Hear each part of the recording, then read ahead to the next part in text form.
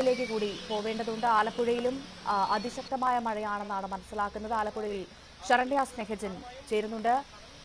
ശരണ്യ, എന്താണ് ആലപ്പുഴയുടെ ഒരു സാഹചര്യം? ഇന്ന് രാവിലെ മുതൽ മഴയുണ്ടോ അവിടെ? വെള്ളക്കെട്ടുണ്ടോ? കാരണം മറ്റ് ജില്ലകളിലടക്കം, പ്രത്യേകിച്ചും തിരുവനന്തപുരത്തും കൊച്ചിയിലുമൊക്കെ വലിയ വെള്ളക്കെട്ടാണ്. ആ ഒരു സാഹചര്യം ആലപ്പുഴയിൽ നിലനിൽക്കുന്നുണ്ടോ? എന്താണ് അവിടുത്തെ സാഹചര്യം നിലവിൽ?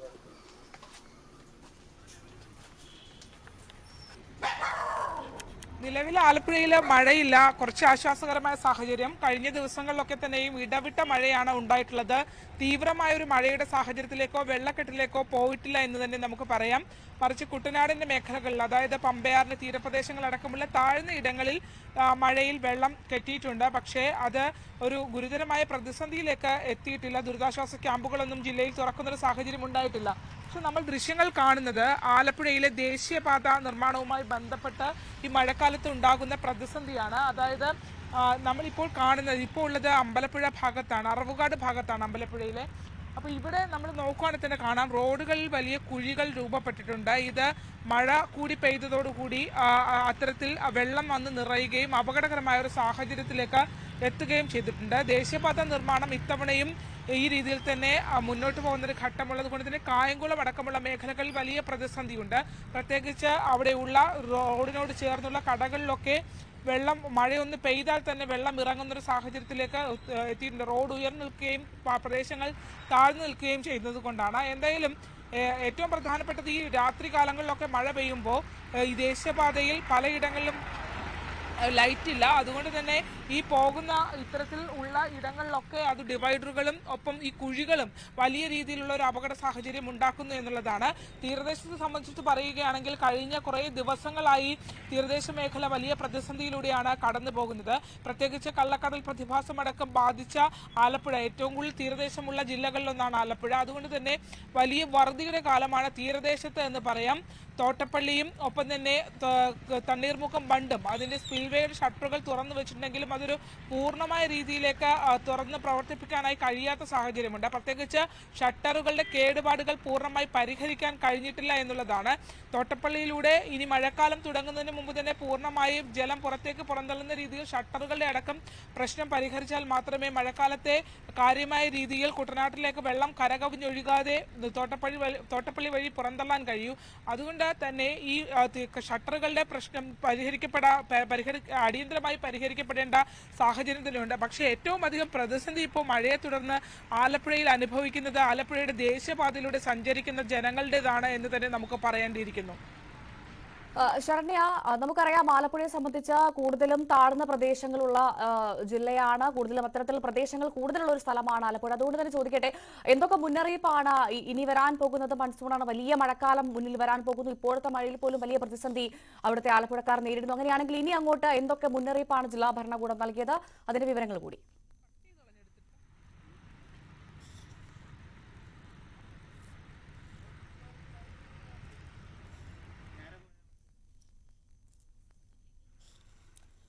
ആലപ്പുഴയിലും വലിയ അതിശക്തമായ മഴയ്ക്കുള്ള സാധ്യതയാണ് പറയുന്നത്. പക്ഷേ ഇന്ന് രാവിലെ വലിയ മഴയില്ലാത്തൊരു സാഹചര്യമാണ് നിലവിൽ ആലപ്പുഴയിൽ എന്നാണ് ശരണ്യ സ്നേഹജൻ നൽകുന്ന റിപ്പോർട്ടിൽ നിന്ന് മനസ്സിലാകുന്നത്. പക്ഷേ വരും മണിക്കൂറിൽ മഴ ശക്തമാവാനുള്ള സാധ്യത ജില്ലയിലുണ്ട് എന്നാണ് പറയുന്നത്.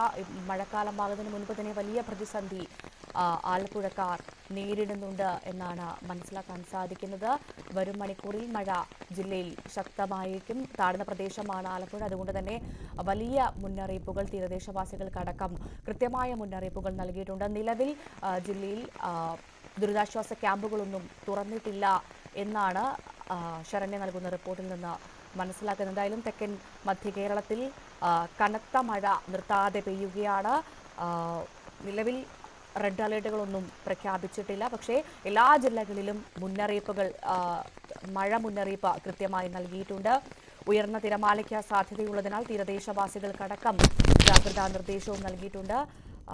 എല്ലാ ജില്ലകളിലും വലിയ മഴയാണ്. നമുക്കറിയാം ആലപ്പുഴയുടെ കാര്യമാണ് ശരണ്യ പറഞ്ഞുകൊണ്ടിരുന്നത്. ആലപ്പുഴ തുറവൂരിലടക്കം ദേശീയപാതയിലേക്ക് വെള്ളം കയറി ഗതാഗതമടക്കം തടസ്സപ്പെട്ട സാഹചര്യം ഉണ്ടായിരുന്നു.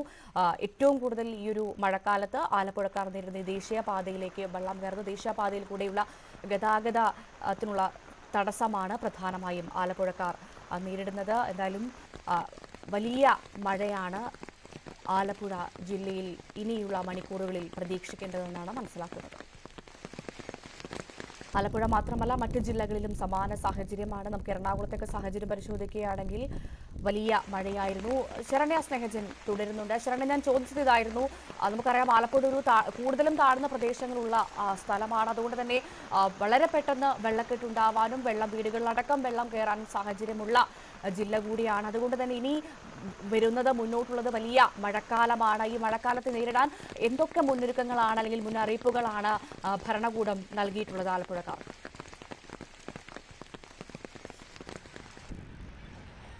ആലപ്പുഴയിൽ പ്രധാനമായും കടലും കായലും ഒക്കെ ഇടകലർന്ന് കിടക്കുന്ന ഒരു സ്ഥലമാണ്. പ്രത്യേകിച്ച് കുട്ടനാട് അടക്കമുള്ള താഴ്ന്ന മേഖലകളുള്ളതും ആണ്. അതുകൊണ്ട് തന്നെ അത്തരത്തിൽ ഒരു മഴക്കാല പൂർവ്വ ശുചീകരണ പ്രവർത്തനങ്ങളൊക്കെ നടത്തേണ്ട ഒരു ജില്ലയാണ്. പ്രത്യേകിച്ച് ഈ ഘട്ടത്തിലാണ് ഏറ്റവും കൂടുതൽ ജലജന്യ രോഗങ്ങളൊക്കെ ബാധിക്കുന്ന ഒരു സാഹചര്യം ഉണ്ടാകുന്നത്. H1N1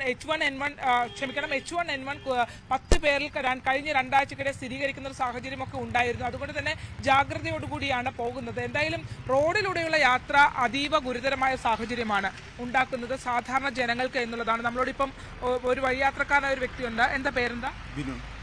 എങ്ങനെയുണ്ട് ഈ യാത്ര? എങ്ങനെയുണ്ട് യാത്ര? ദുർഘടമാണ്, ഭയങ്കര ബുദ്ധിമുട്ടാണ്. വെള്ളക്കെട്ടും കാര്യങ്ങളൊക്കെ ആയിട്ട് വണ്ടി പോലും പോകാനുള്ള പാടാണ്. ഒരു വൺ സൈഡാണ്, എന്നാലും ഇപ്പുറം വഴി ആയാലും വെള്ളക്കെട്ട് കാരണം വണ്ടി ഇപ്പുറം വഴി പോകുന്നില്ല. അപകടങ്ങൾ ഉണ്ടാകുന്നുണ്ടോ? ഇടയ്ക്കൊക്കെ എന്തെങ്കിലും വെള്ളക്കെട്ടിൽ താഴ്ചയുണ്ട്. അപ്പോൾ അത് ആ ഭാഗം നല്ല താഴ്ചയുണ്ട്, ചെറിയ താഴ്ചയുണ്ട്. അപ്പോൾ അത് വണ്ടി സ്റ്റോപ്പ് ചെയ്യുമ്പോൾ മറ്റുള്ള വണ്ടി വന്ന് പുറകെ ഒന്ന് ഇടിക്കാറൊക്കെ ഉണ്ട്. ഈ അരികിലുള്ള വീടുകളുടെ ഒരു സാഹചര്യം എങ്ങനെയുണ്ട്? വെള്ളക്കെട്ട് കുറച്ചൊക്കെ ഉണ്ട്. അടുത്ത ചില സ്ഥലത്തൊക്കെ വെള്ളക്കെട്ടുകൾ പോലൊക്കെ ഉണ്ട്. മഴ തുടങ്ങിയിട്ടേ ഉള്ളൂ. ചെറുതുണ്ട് കാണാം. വീട്ടിലോട്ട് പോലും പോകാനുള്ള സിറ്റുവേഷനില്ല. കാണാൻ ATM അടുത്തുള്ള കമ്പിയാണ് അവർക്ക് ഇറങ്ങിപ്പോകാൻ. കുഴികളിനകത്തും ദേശീയപാതയിൽ ഇപ്പം വെള്ളം വന്നപ്പോൾ നന്നായി മൂടിക്കിടക്കുവാണ്. ഈ കുഴികളിനകത്ത് എന്തെങ്കിലും നിർമ്മാണം ഇവിടെ നടന്നിരുന്നു. എന്നാലും വെള്ളക്കെട്ടുകളാണ് പ്രശ്നമാണ്. ഇതിപ്പോൾ നല്ലോണം കിടക്കുമായിരുന്നെങ്കിൽ ആ വഴി കൂടെ വണ്ടി നേരെ കയറി പോകാമായിരുന്നു. അതായത് അദ്ദേഹം പറയുന്നത് ഈ നമ്മുടെ ബാക്കിൽ കാണുന്ന ഭാഗം എന്ന് പറഞ്ഞാൽ ദേശീയപാതയിൽ നിന്നും ഈ പുന്നപ്ര അറവുകാട് ഭാഗത്തേക്ക് വാഹനങ്ങൾ ഡൈവേർട്ട് ചെയ്ത് കയറുന്ന ഒരു സ്ഥലമാണ്. ആ കയറുന്ന ഭാഗത്ത് തന്നെയാണ് കുഴികൾ രൂപപ്പെട്ടിട്ടുള്ളത്. അതുകൊണ്ട് തന്നെ അവിടെ വെള്ളം വന്ന് നികന്നു വരുന്നൊരു സാഹചര്യം ഉള്ളതുകൊണ്ട് പെട്ടെന്ന് ആ കുഴികൾ ശ്രദ്ധയിൽപ്പെടുന്നില്ലെന്ന് മാത്രമല്ല, വാഹനങ്ങൾ അവിടെ വന്ന കുഴിയിലേക്ക് വീഴുകയും പുറകിൽ നിന്ന് വരുന്ന വാഹനങ്ങൾ പിന്നിലേക്ക് വന്ന് ഇടിക്കാൻ ഉള്ളൊരു സാഹചര്യവും ഉണ്ട് എന്നുള്ളതാണ്. എന്തായാലും ആ പ്രശ്നം പരിഹരിക്കപ്പെടും എന്ന് തന്നെ നമുക്ക് കരുതാം. അത്തരത്തിൽ ദേശീയപാത ഒരു വലിയ പ്രശ്നം ഉണ്ടാകുന്നുണ്ട്. പിന്നെ ഉള്ളത് നിലവിലത്തെ സാഹചര്യത്തിൽ നേരത്തെ ചോദിച്ചതുപോലെ തന്നെ കുട്ടനാട്ടിലടക്കം വേറെ എവിടെയും ദുരിതാശ്വാസ ക്യാമ്പുകളൊന്നും തുറന്നിട്ടില്ല. പക്ഷേ ദുരിതാശ്വാസ ക്യാമ്പുകൾ ഇപ്പോൾ ഇപ്പോൾ ജില്ലയിൽ ഇന്ന് റെഡ് അലേർട്ടാണ് ഉള്ളത്. അതുകൊണ്ട് തന്നെ വലിയ മഴ ഉണ്ടാകുമെന്ന് പ്രതീക്ഷിച്ചു. പക്ഷെ പൊതുവെ ഇപ്പോൾ നിലവിൽ അന്തരീക്ഷം ഒന്ന് തെളിഞ്ഞിട്ടുണ്ട്. കഴിഞ്ഞ ദിവസങ്ങളിലൊക്കെയും മഴയുണ്ടെങ്കിലും വലിയ ശക്തമായ മഴയില്ല, ഇടവിട്ട് മഴയുണ്ട് എന്നുള്ളതാണ്.